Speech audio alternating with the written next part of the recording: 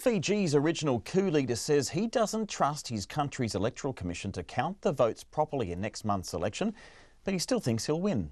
Sitiveni Rabuka, who staged 2 coups in 1987 and then later became Prime Minister, ousted his opposition party's leader Rotome Mukepa, but she's currently polling higher than him in his own province. Fiji goes to the polls 5 weeks from today, and the incumbent Fiji First Party, led by Frank Bainimarama, is way ahead in the polls again. Mr Rabuka says the first thing he would do in power is reinstate the Great Council of Chiefs, which was disbanded by Mr Bainimarama. He also says he would be more consultative and improve transparency, particularly around the electoral system. Today, on Fiji's Independence Day, I spoke to Sitiveni Rabuka and asked him where he believes his support will come from.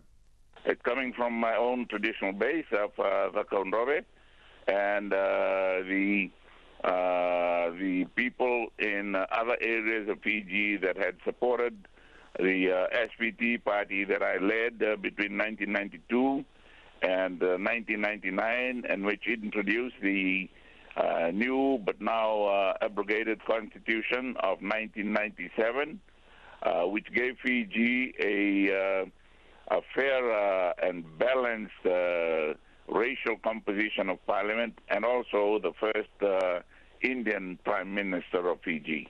Now, you're going to have a bit of a challenge next week. You're going to be in front of the courts. You've been charged for falsely, well, the information that you gave to the Electoral Commission in terms of your assets and liabilities, that there's an accusation, or there's a charge actually, that there was a false declaration there. Now, any kind of conviction, of course, will disqualify you from these elections. How do you feel about that? What's the nature of those accusations? Are you concerned that it could be politically motivated?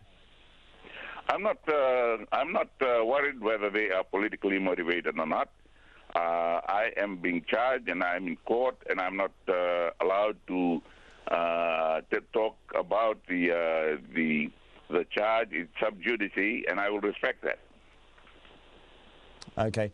Now, earlier in the year, you did visit New Zealand, and you gave a few speeches here, and you talked to a few people that you obviously hope will vote for you. What are your hopes for, postal votes from New Zealand supporters? I hope the postal ballots will be dealt with efficiently and effectively and fairly and transparently.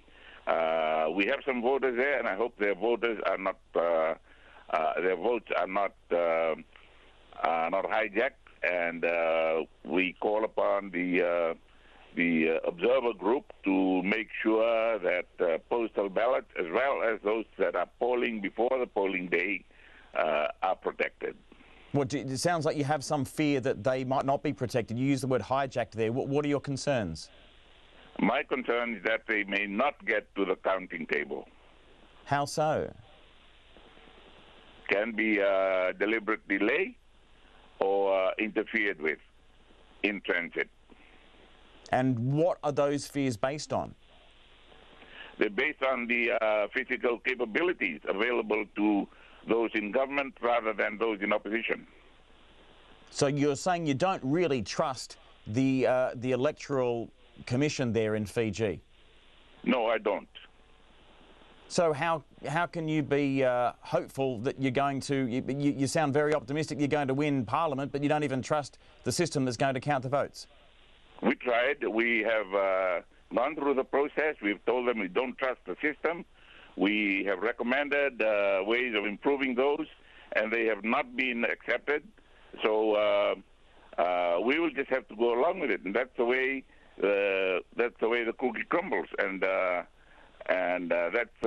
we have to play the rules as laid down, but I'm sure that we will get the groundswell of votes that will negate any interference. Sitiveni Rabuka in Suva.